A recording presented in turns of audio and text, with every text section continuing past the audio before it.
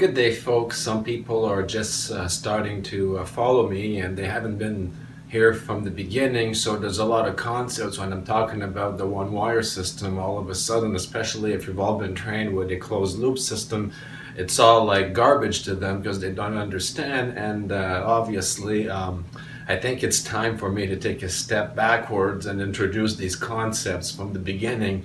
So my apologies if I sound tedious for those who have been following me for a while now, but this is just, a review for those who have been just here recently and they want to understand better. So I'm going to try my best anyways. I'm not always the best at explaining concepts. I'm more of a person who experiments with them, but I'll try my best to teach it, and I'll try and do my younger version of Tom Bearden here if I could. So please, no criticism if I'm really bad at it, especially my drawing. But with that said, the first thing we have to do, folks, is we have to look at a traditional electrodynamic systems and basically what we're taught and why the system is the way the mainstream society feels about our electrical systems. So as Tom Bearden explained, we'll start with the basics here with your generator here. This is our AC generator at basically the powerhouse, and here's our output wire here going all the way to your service here. We'll call this service. That's your service. And that's the AC generator here. There's the shaft that we're spinning using various means at the generator site. So in traditional electrodynamics, your signal travels out. It's a closed loop. It goes through your service, and half of that energy is already reserved just to complete the loop back into the generator. Literally half of that power is already reserved for the return, and you're not counting your traditional losses you may have at the service with your traditional electrodynamic systems, your electronics, your resistance in your wires, your transformers efficiency. Nothing is 100%. So you're going to have all those losses at the service on top of the losses that has to go back to the service station. You're losing half plus everything you're losing. So that's why, obviously, in electrodynamics and traditional closed loop systems here, we can't even think about introducing any type of over unity in this system, because we're basically already down from the start when you're already losing 50% here on the return, plus whatever may be losses at your service station. So you start combining these losses, and how do you have a chance to compete with that, even if you've got an efficient, let's say, a resonance system? I mean, even if you have something here where you wouldn't have that 30% loss and you can bring that down to maybe 5%. So let's say you've got a really good efficient system. Let's say the transformer, you've managed it to a resonance state, so you've got 95% efficiency on there somehow. You've managed, so you've got still a 5% loss at the service. You think you're doing good, but then you still got a 55% to fight. So you're done. Don't even think about it. So this is what Tom Bearden means by what we're paying for is essentially a sumo wrestling match at the generator station, fighting against its own self just to maintain this fighting the loop, because half of the current is opposing it all the time back at the generator here. So this is essentially, in rough, the closed loop system. And in a DC system, like in the battery, for example, here's our battery here. Here's our plus, here's our negative, and we set up a wire here, and here's our light bulb. In the circuit, this is the most basic circuit. We still have the issue of the closed loop system, and because of our CEMF here, we're still fighting 50% of it even on the DC level. So either system, folks, AC or DC, we're dealing with a closed loop system, and you're always going to have at least 50% loss plus whatever else your circuit and your transformers will have. So according to traditional electrodynamics, any ideas in this closed loop fashion is just essentially dreaming in color, if that's a friendly term for it. So this is how all of our engineers learn to work with our electronic systems and calculate everything in a closed loop mentality. So that's why when we propose anything else, it's very hard for them to understand what we're talking about, because they associate it to this closed loop system that they learn and they're familiar with, and it just doesn't compute. It won't. And let's move on here. All right, folks, so the next question we've got to ask ourselves then is, what are free energy systems actually? And how do we define what a free energy system is? Now, of course, according to the laws of thermodynamics, which we're not breaking, by the way, energy can be destroyed or created. We can only manipulate it. So with that said, the energy can't come out of nowhere. But there are systems, and this is what we want, that we don't have to pay for physically with money out of our pockets to get some work done. That's what a free energy system is. So for example, the environment is a perfect source of various free energies. So one common one here would be the windmill, where you have your windmill here, and here's your windmill blades, and these rotate as the wind comes along, and then you've got your power generation here. So here's your current, and we collect that. And whatever, let's say that the generator here, let's be really, really bad and say it's only 30% efficient. Well, that doesn't matter to us even though we have low efficiency, because whatever energy we're getting from the environment, as bad as we are at transducing it, this 30% here we're getting at the bottom here in our collector comes to us for free, money-wise, out of our pockets, that we didn't have to pay for, that the environment provided us for free, and we were able to get usable work for it without paying money out of our pockets. But it's clear to see that the energy isn't free. It didn't come out of nowhere. It was actually the environment that provided it, and we were clever enough to create, as primitive as it is, a tap of a certain energy source that was already there, and get a little bit out of it, as bad as it is, because it's not the form that we're looking for, but we're able to convert it into a form with great loss. But that doesn't matter because we didn't have to pay for it. Now, if we would have to pay for a big blower here to create this, then we'd be at a massive loss. But because we didn't have to pay for that input, whatever comes to us is free. Similar with solar panel, where you've got the sun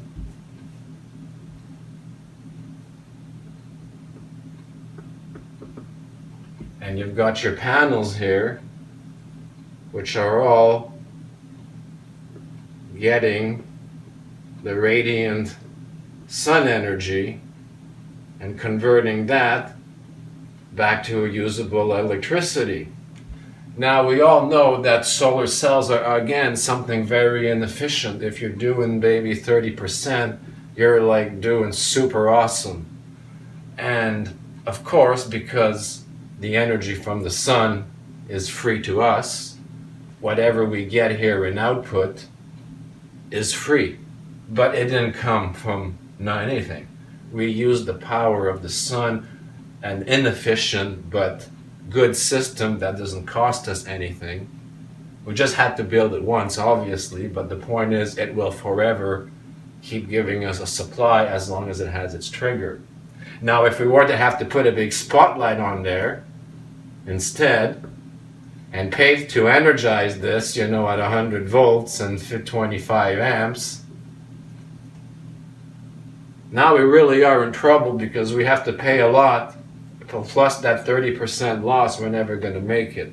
So that's what I mean by the difference of what are free energy systems and what are not. So these are not free energy systems, but when you take your trigger away and you let the environment provide your trigger, then that's one unit of maybe a bigger system that could be your trigger for, let's say, a pulse generator or something that comes from the natural environment. Now, there are many ways to tap into the natural environment. We're not just limited to solar and wind. There's hydroelectric, there's water, there's earth batteries. It goes on and on and on. And a lot of it we still need to openly research because we're far from a place that we know everything. So every day there's more research, and myself, I look at different ways we can use the environment. There's also the cosmic rays, there's the radiant energy and everything else that I'm going to get into next here. All right, so you all may be wondering now, what's the deal? So if we have these closed loop systems and we also have these free energy sources here, why are we still killing the free energy source with a closed loop driver, essentially? So to get into that, I have to talk about Maxwell here. Maxwell was a very interesting figure, and he was basically the king of electrodynamics in the early days. And the thing with Maxwell is he was onto very, very deep things, and he used Quantonian math, which was very complicated at the time. It was very messy, non-symmetrical formulas. So with electrodynamic engineering at the time, not everybody was very educated, and they needed to hurry things up, especially with the war and the technology. They needed motors and electricity devices real quick, and they didn't have time, basically 10 years to train a whole generation of advanced quantum electrodynamics. So they decided, well, not Maxwell, but I'll get to that. He had 20 original variables. I'm not going to get into that here because they're pretty intensive, but I do have the Maxwell Wiki, which I encourage everyone to read. It's basically everything I'm talking about in the great fine details, every formula one by one, with great visual visual representations of every system, so you could really understand what he was getting at. And that's the thing, he had 20 original variables that got reduced for convenience over traditional systems all the way down to only 4. So in essence, we went from 20 degrees of freedom to a closed loop system which only offers us 4 degrees of freedom in mathematics. So if you follow the 4 degrees of freedom, again, with those dynamics, you cannot achieve over unity in the closed loop systems, because we're assuming a closed loop system, okay? Unfortunately, that's the way it is. Traditional electrodynamics does not recognize the original 20 variables. And unfortunately, the most important one that gets forgotten, and is the one that I'm using with the one-wire system, is the magnetic displacement current. That one is a big one, completely disregarded in traditional electrodynamics, like it doesn't even exist. And there's other possibilities in that. We've got the curve and the curl and other formulas, the magnetics. This really opens up the quantum fields, the scalar and torsion interactions. So there's really a lot there to explore, folks, is what I'm getting at, if you want to look at the Maxwell original formulas. So with that said, all right, so the next thing I want to talk to you about is someone who had an idea, and that's Kazmaier, and he actually won a Nobel Prize, and that was recently in the last maybe decade or so. Anyways, what happens with him is he proved that essentially what we call the heaviside component, which is that it's something like a field. It is a field, but it's not RF. it travels along the wire, and this is what I'm going to get into next here. But first of all, Kazmaier found out that if you take two plates here and put them really close together, that in here there's a force that wants to attract each plate together. Now, why is there a force here? Well, we already know that everything has a natural electron count, which means if it has an electron count, it has a static field. Now, according to the static field, this is essentially a form of the Heaviside component. So everything, even though we can't measure it or feel it in traditional instruments, it is there on a microscopic level. And in the lab, this was actually measured, and you won a Nobel Prize. So what we're getting at is we have real proof that this so-called vacuum energy actually exists. So it's no longer questioning whether or not we could achieve over unity with electric systems if we know about these effects, because it's already been proven. Now the challenges remain in how to convince the young electrodynamics scholars that there's more to a closed loop system, to revise the traditional and bring back the 20 variables, because they are very well real. And with many of my experiments and others who have done similar, we keep proving over and over again that there is a displacement field and other things that Maxwell had in his original equations. And this one here with the Kazmaier effect, you can't deny, and it's the Heaviside component, the two fields that want to create some form of attraction here. So that's the vacuum essentially that provides that energy. Now, our challenge is how to make new devices that take advantage of this system. So, for example, now that we know this, let's look at the generator circuit again. So we have our generator here and we have our two wires here. So let's say this is plus and this is minus.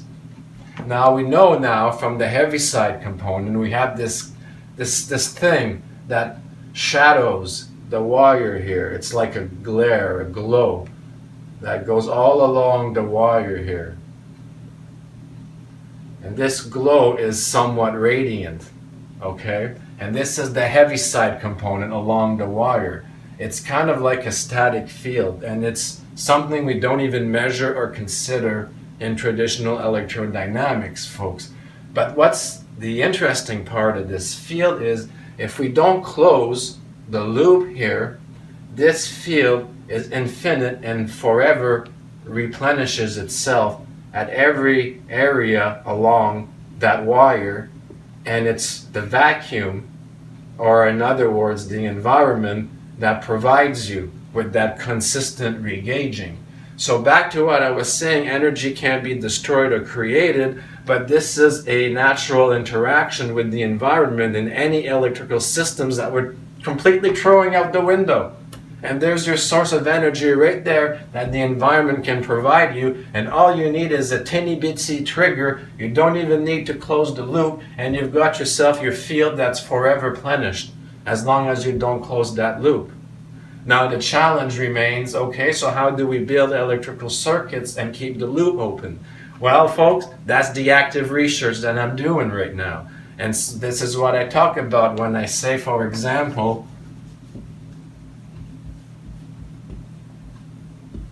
I try and set up a Tesla coil-like device, and I try and trigger it with very little input. Like I'll have a switch so I can only pulse 4 mA into the primary here, for example, because all I want is to create a field.